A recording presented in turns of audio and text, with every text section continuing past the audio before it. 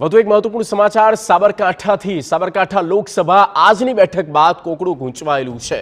લોકસભાના તમામ જિલ્લા સંગઠન હોદ્દેદાર, પૂર્વ અને ચાલુ ધારાસભ્યને સીએમનું તેડું। આવતીકાલે 10 વાગ્યા બાદ થશે સીએમ સાથે બેઠક થઈ શકે છે અને બેઠકમાં સાબરકાંઠાના વિવાદ પર ચર્ચા કરવામાં આવશે।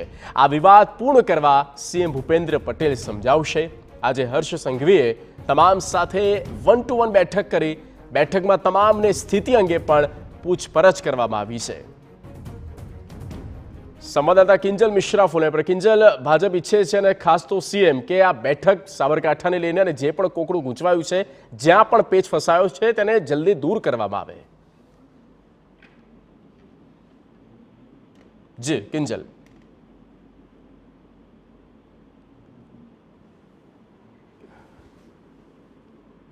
તો અપડેટ આપને આપી દઈએ। તમામ જે ચાલુ ધારાસભ્ય છે એટલે કે વર્તમાન ધારાસભ્ય અને તેમની સાથે મુખ્યપ્રધાન ભૂપેન્દ્ર પટેલ આવતીકાલે 10 વાગે બેઠક કરી શકે છે।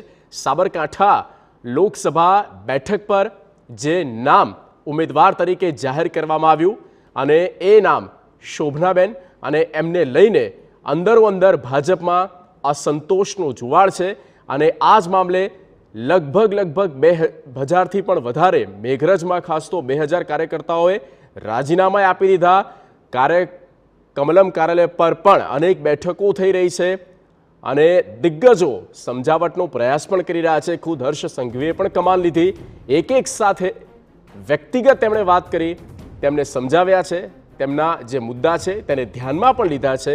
હવે આવતીકાલે 10 વાગે આ મહત્વપૂર્ણ બેઠક રાજ્યના મુખ્ય પ્રધાન દ્વારા એટલે કે ભૂપેન્દ્ર પટેલ બેઠક કરવા જઈ રહ્યા છે તેવી પણ અપડેટો મળી રહી છે। કિંજલ, સંવાદદાતા ફોન પર। કિંજલ, પૂરી વિગત।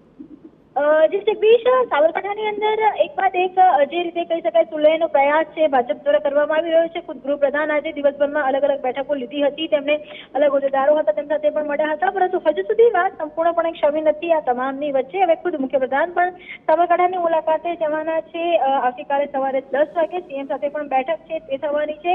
સંપૂર્ણ જે પ્રકારનો અત્યારે વિવાદ ચાલી રહ્યો છે તે શાંતિથી પૂર્ણ થાય તે માટે આવતીકાલે મુખ્યપ્રધાન પણ જે સાબરકાંઠાના હોદ્દેદારો છે તેની સાથે બેઠક કરશે। ઓકે કિંજલ, આભાર તમામ માહિતી આપવા માટે।